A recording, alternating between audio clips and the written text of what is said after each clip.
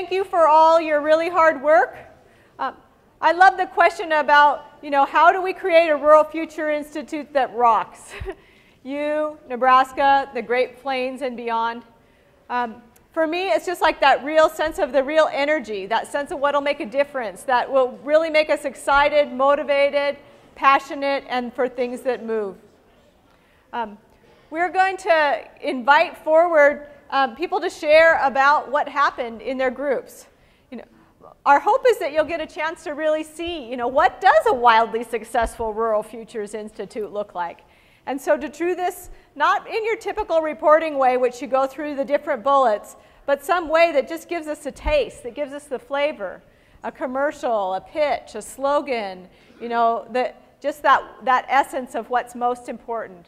And for me, this is really about us painting a picture together of this wildly successful Rural Futures Institute. And we'll see it from the many different points of view that are reflected in all of these diverse groups.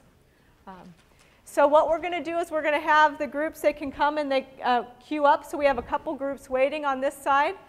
They want to catch you on camera, so you get to come up on the stage and use the microphone, or be just to this side of the microphone so that they can hear you. And we have a second mic here as well. So who would like to get us started and share what's come forward from their group? And then couple people too, come on up and we'll queue you up here. So come on up the stage on the side there.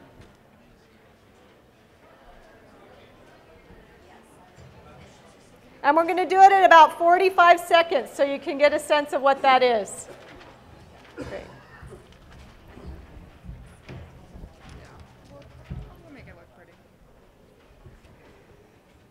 Okay, well, I figured I should go first because I was number one at table number one with idea number one, and so here we go. We have a slogan, and our slogan is empowering our future stakeholders. And we really think that it would be very important for the Rural Futures Institute to include young people in the conversation, and we would like to see in a future session a lot of young people at the tables too. And we're talking about young people from pre-kindergarten all the way through graduating college, and so we had kind of a big perspective. And I just thought we'd tell you how we think this might make a difference. It would expand the vistas for involvement in the Rural Future Institute to include the views of youth. And also, we would lower the median age in this room if we included youth. All right, thank you, Diane. Well done. And that was about 50 seconds, just so we can get our internal clock going.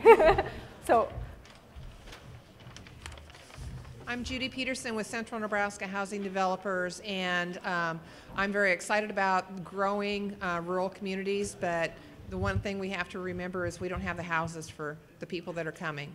So we need to engage our youth to figure out what kind of housing they need to keep them in the communities, and we need to partner with the Department of Architecture to be able to be a partner in coming out into the communities and helping the youth make those decisions. Yeah. That's it. Thank you, Judy. Thank you very much, and thanks to that team.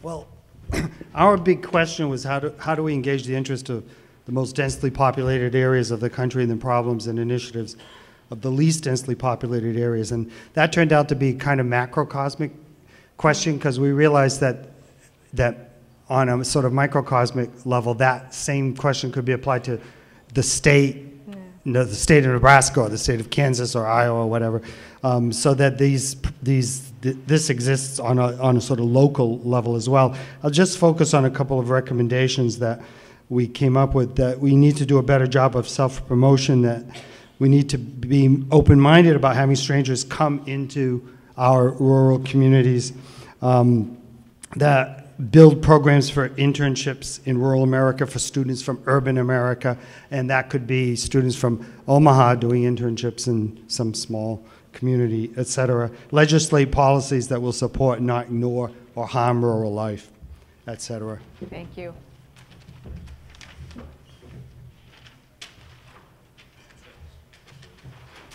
And just start listening for some of the patterns, for some of the themes across these different areas. See what you notice. Hi, Wes. I'm Wes, and I'm from rural Lancaster County. Yes, we do have rural in this county. Oh, and this is Tim from UNK. That's Kearney. Thank you, Wes. The topic that we discussed at our table was how are the desired outcomes determined and measured. We identified several breakthroughs and key points, including redefining the importance of and maybe necessity to redefine community, taking a grassroots or better yet maybe a 360-degree perspective on this, and a key focus we thought was leadership development. So I'm going to jump now to our 3 recommendations. One, we want to make sure, and I think it's important to make sure that the right people are at the table from the start and to always challenge assumptions that we bring with us. 2, that we think leadership identification and development is one appropriate outcome. And we think there are many existing organizations in the state that we can use for that purpose. Our slogan, if you turn it over, as I'm getting the cue to leave, that's upside down, but it's self-determination, but supported quality of life outcomes and challenge assumptions along the way. Thank you. Thank you. And that was 1:23. I'm gonna like from now on at 45 seconds, I'm gonna look at you pretty. And then at a minute, I'm gonna look at you with the evil eye. I'm Mark Balschweid from UNL. And representing the topic, how do we ensure diverse voices are encouraged and welcome at the table in the Rural Futures Institute. Going back to yesterday's keynote, France indicated that it's through diverse thought where we get the greatest innovation. So it's important that we ensure that we have all perspectives invited to the table.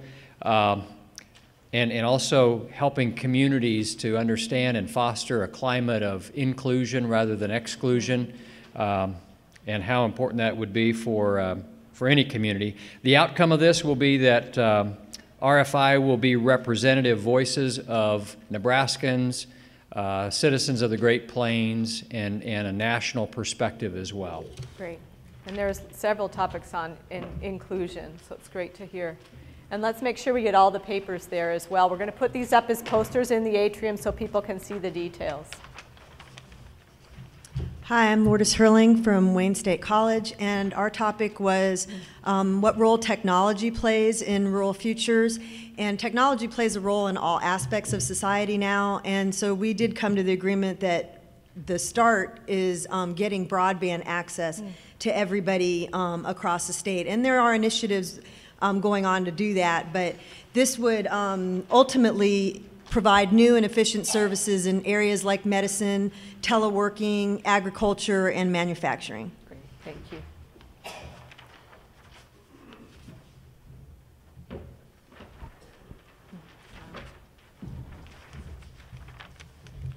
Twig Marston from Northeast Nebraska Research and Extension Center. Our question was number 12 in the first session: how do we encourage community leaders to follow their aspirations and achieve their goals? And we quickly changed that to more than leaders, but to everyone, to be inclusive. And then not only to achieve their goals, but to carry out their programs and plans and carry it clear out through the future. One of the things we talked about was we're not a blow-in and blow-out deal, how we get continuum, because we want communities to last for long times, for generations, not just be for the Xers or the baby boomers, but for the millennials and those that will follow them. And we need to address the basic needs of the population that's out there. We need to develop programs through strategic plans, and those plans need to be visited and adjusted, and it can't be that short a time, and have a series of smaller regional meetings. We need to take the program to the people instead of bring it here, and the people that we'll include are the leaders, the followers, and the roadkill, or the caves, which are the citizens against virtually everything.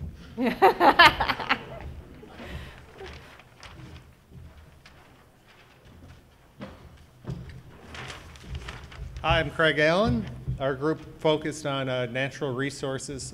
Specifically, we're interested in maintaining the resilience of these working agricultural landscapes that we live in, which requires an explicit focus on understanding the links between ecological systems, social systems, and economic systems. And we want to ensure that there is an explicit focus on natural resources in the Institute because it's critical to the livelihood and future of rural Great Plains. Thank you.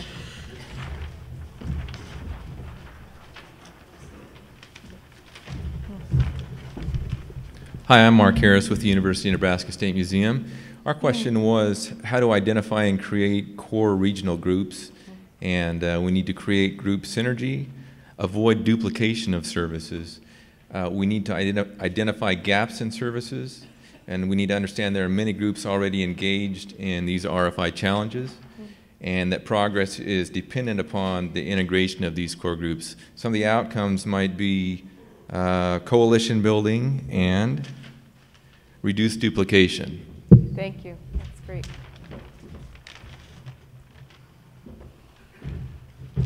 Hi, I'm Lisa Nelson from Wayne State College, and our question was number 8, how do we develop solid community partners, and the idea that rural must include rural people. And so the main point was that we would like to start with voices of rural people, and one of the ways that we might do that was to have facilitated community conversations, and the facilitators might be people like LEAD members, AG organization leaders, someone from an extension office who's a trusted person in the community already.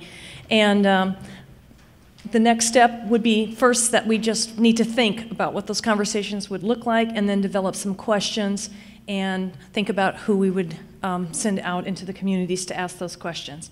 And what will be different because of this, I think that was really important, just that we talked about it. Yeah, thank you. Thanks.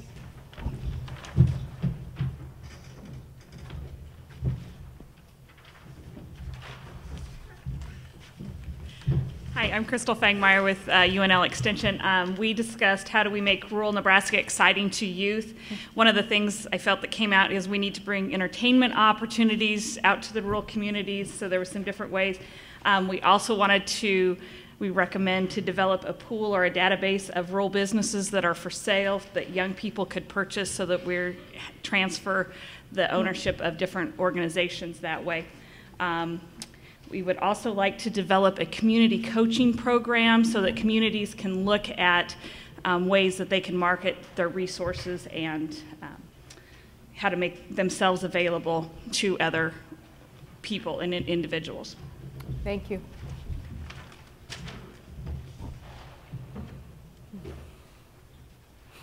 I just have to say it's really cool to see this lineup and to hear all this work that's happened. Hi, I'm John Navis with UNMC. Our group was focused on sustaining, improving, incentivizing rural health and health care and differentiating between those two in rural communities. So we spent a good deal of time looking at gaps that exist in health services. We also talked about personal responsibility for your own health and ways to improve that. Thank you. Thank you.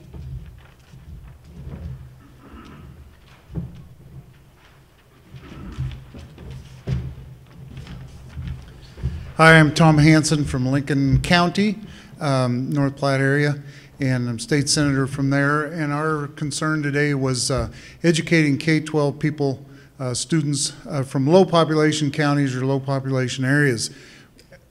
The Constitution of the state of Nebraska is very clear that every child is due a good education. But how do we do it? How are we going to use the technology that we have? How are we going to use the educational process that we have now and in the future? There was one, we talked about high tech, but you have to have high touch. So I think we hit on some really good topics, and K-12 is very important to the state and will continue to be. Thank you. Thank you.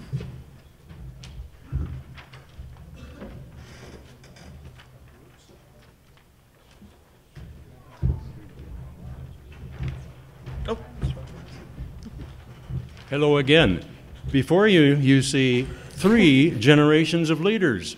2 are very dynamic, and those 2 are Amanda, who is with UNL in AgLec, yay, and Kurt Montoya, who's with the Heartland Center for Leadership Development, based here in Lincoln, but does work nationwide and in Canada. Thank you.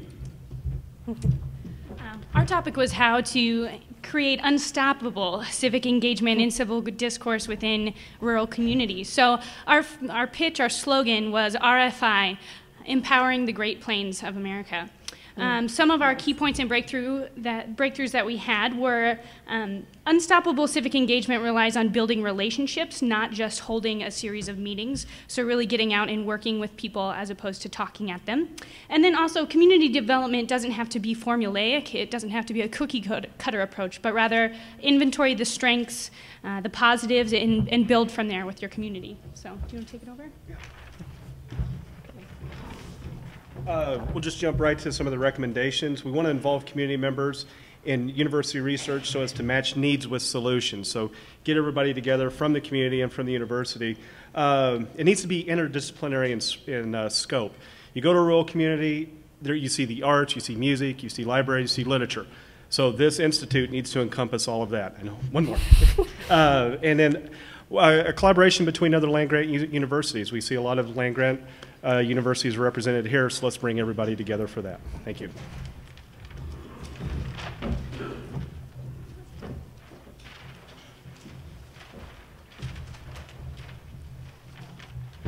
Hi, I'm Mary Jane Trumper from Omaha, Nebraska. Our group answered the question, how do we attract entrepreneurs to rural Nebraska? And our slogan is, the Great Plains can be quirky too. And the way that the key points we came up with, that all entrepreneurs and creative thinkers are valuable, whether it's a small creation of jobs, a large creation of a large number of jobs, whatever the age group is.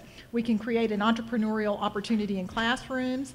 And I was personally heartened to find out that there are academic private models already there, the Iowa State Entrepreneurial Ag Program, and Quirky.com, which is an idea harvester that puts those ideas into manufacture and retail.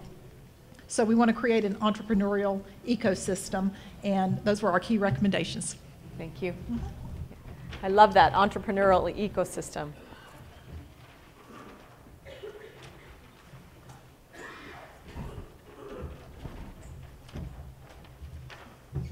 I'm Linda Fettig with the Rural Development Commission for the state of Nebraska, and our group was concerned about what happens with this great conversation when we all go home. The comment was made that we're all very busy people, and even coming for this 3 days was difficult for some of us, and how does this not stop with just a conversation? And that we need to define communities that are willing to adapt and support them with resources. They thought that using the strategic doing process or some active strategy process would be valuable to help them get to the next step, and they wanted to enhance the extension services programs to deliver a lot of the RFI initiatives. Our statement that we came up with is, right down the bottom, rural futures begin with vibrant rural communities. Nice, thank you.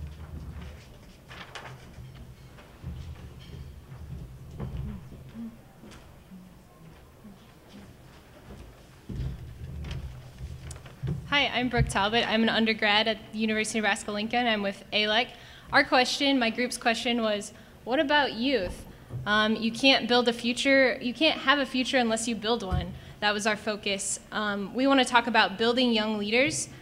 Our recommendation was a focal point of RFI needs to be youth. We really need to get into communities, and we need to ask the question about how far is RFI going to go? How deep is it going to go into communities? We have lots of big ideas with lots of big partnerships, and we thought about a two-tiered system. So we have the visionary big partnerships up here, but we also have an impact at the community level and people on action teams actually making that impact and having people invest in youth so that they are there to fill the shoes of our next generation. Yeah, thank you very much.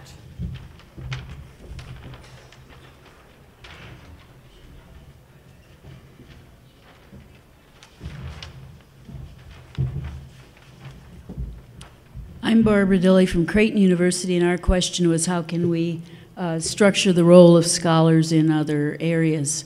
in other universities across the country.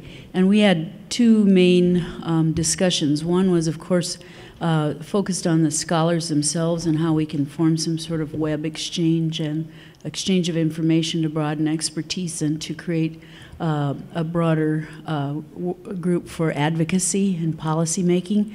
But the other one had to do with how can we create rural studies programs across the country that are as exciting to students as study abroad, so that we can increase the interest level at universities in rural studies as a whole. Thank you.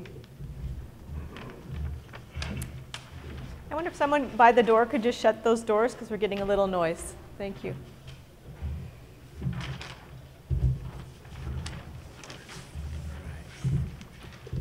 My name is Eli Aguilar from Scottsbluff, Nebraska. We addressed how we reframe who's a leader, including how we think and behave with others. And we thought that leaders need to think about how their perceptions are of what a leader is. A good example is today, to some business leaders, I could be seen without a tie, I'm business casual. To working class, I'm in a suit. So there's different perceptions there and expectations. Challenging the status quo as a view of leadership, attuned to different situations at hand, being more fluid versus static, adjusting yourself to certain situations, circumstances, not judging or jumping to conclusions of individuals in the community, accepting and embracing all thoughts. And our commercial, or what would you say, our saying is embracing the leader within each of us, so that we can all contribute at some capacity in the community and including everybody's ideas. Yeah, thank you. I like that slogan.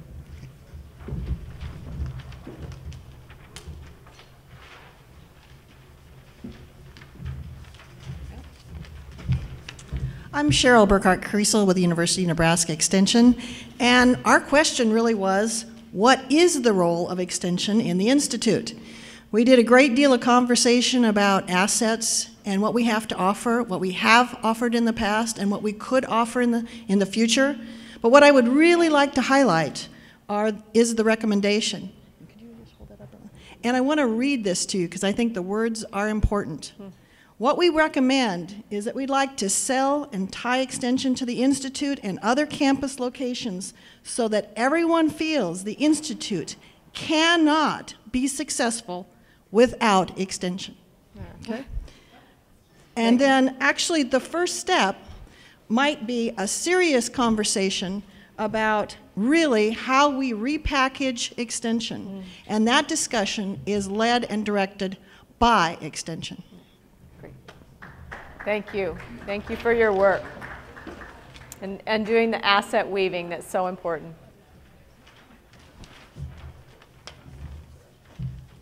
My name's Roger Wilson. I'm with UNL. Our question was, how much repopulation do we want? And we come up with the first key word there being resiliency. And I'll come back and talk about that just a little bit. I'm going to go down to the third point, third key point. It says it's more than population. And the third key point, the third recommendation is remember that rural has different meanings. Then we go down to who decides. And the recommendations is let the stakeholders decide. And if you let the stakeholders decide, you got to go back to the resiliency things because, you know, we have to be willing to consider hospice as an option, if that's what they want. But the thing that the steps for moving forward is we need to determine what needs to be done. We suggest a national rural poll to figure out what do the people want. Thank you. And then our session's coming to more of a close, so if these groups can really keep to the crisp statements, that'd be great. Hi, I'm Natalie Umflett with the High Plains Regional Climate Center, and this is Nicole Wall with the National Drought Mitigation Center. We were talking about climate-related issues in regards to the Institute, and we feel like the RFI should support climate change info and impacts, but not replicate any efforts that are already in place. We feel like it's critical that we pay attention to the environment in which rural communities are located in, and we feel like we can take advantage of business opportunities related to climate change, such as renewable energies, insect farming for food, we could export that globally, reverting back to buffaloes, and carbon capture. We feel like because rural communities around the world are being affected by climate change, if we include climate change in the Institute, we truly can be a global leader. Thank you. Thank you, and thank you for your perspective.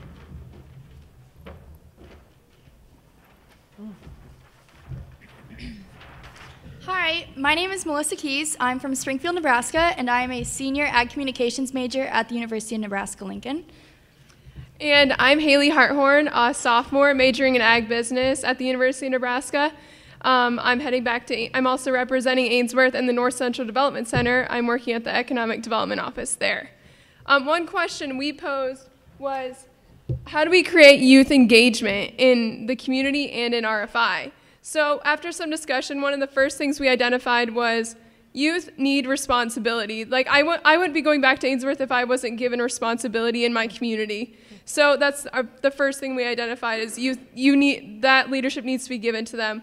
So some of our recommendations include creating a youth advisory board for RFI coming from all over the state, not necessarily going to communities, but taking the youth from all over the state and bringing them to one central location to create an advisory board for RFI. And another thing we talked about was using the Connecting Young Nebraskans Conference and using that as kind of a branch of this RFI. So just basically connecting the youth in general. And I love working off another conference too. Thank you very much.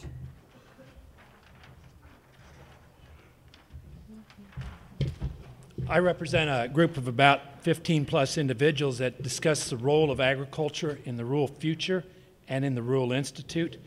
And a lot of our discussion centered around the question of why agriculture wasn't a part of a discussion of a rural future. And so because we saw that that was minimized, we felt that there needs to be an outcome statement for the Rural Institute that states that resilient rural communities will embrace their agricultural foundation built on entrepreneurial agricultural enterprises and a sustainable natural resource base. Thank you. It's awesome.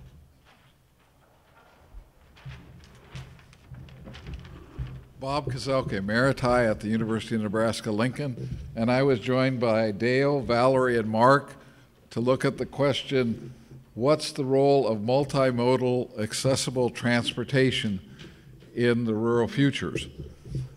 I'll make one statement. There is no Department of Transportation in the state of Nebraska. We're the only state in the union that doesn't have one. And I think that transportation should be part of the pie for the Rural Futures Institute. Thank you.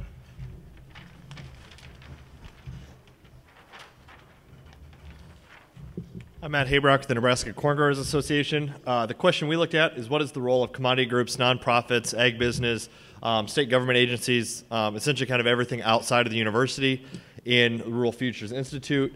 I want to highlight the opportunities we talked about, and within those, some of the opportunities we provide is being outside of the University of Nebraska. We have a different network of people that we work with.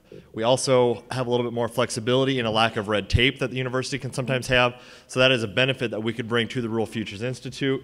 Some of the key recommendations we had, one would be to use, it's kind of a just ask type situation. We encourage the Rural Futures Institute to do an assessment of these groups, the checkoff boards, the commodity groups, to determine what resources they have, funds available, leadership, and so on that they can make available. Also utilize the rural poll to determine, again, what those rural communities want. And then, I had one more. Oh, finding ways to get farmers, agribusiness, commodity groups, and so on and so forth more involved in community development. Thank you.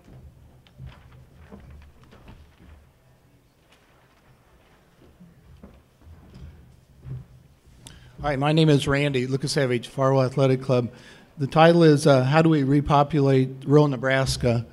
And basically it's to identify values and empower the communities through their own stories and the past.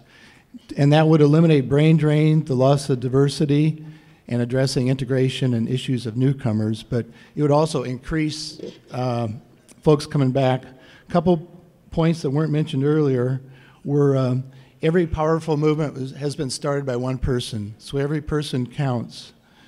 And there needs to be a sensitive receptivity per community. Some are more receptive to a church or a business or a school organization, so they're all different.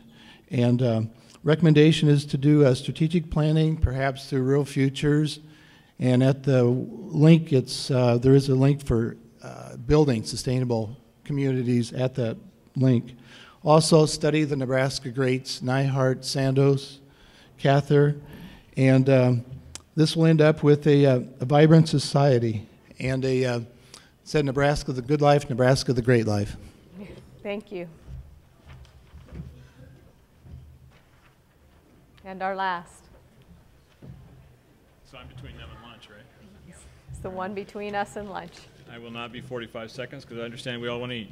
I'm Alan Vanalik with the University in Columbus, Nebraska, and our topic or our question was, how is a community motivation generated and developed to create the future?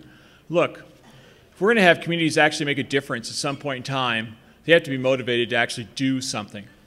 First thing they have to do is come up with a clear vision, and then the second thing they have to do is act upon that vision. So what is that motivation going to be? That's the key question. If we identify that and we started to do that, then we can actually make a difference in the lives of the Great Plains. Thank you. And thanks to everyone for all your hard work, for all your contributions, for all of the possibilities that got created here during this open space session. All of the posters, we're hoping to get them all gathered up here, or if there's a small record of that, that's fine too. We're going to get these recorded, we're going to get pictures made, they'll be transcribed so that these recommendations move forward as part of the Rural Futures Institute planning. And then I also just really hope that these things that you care about, the people that you met, that you'll find your own ways to keep these moving forward for the success of the Institute and the success of the communities. Thank you very much for all your hard work.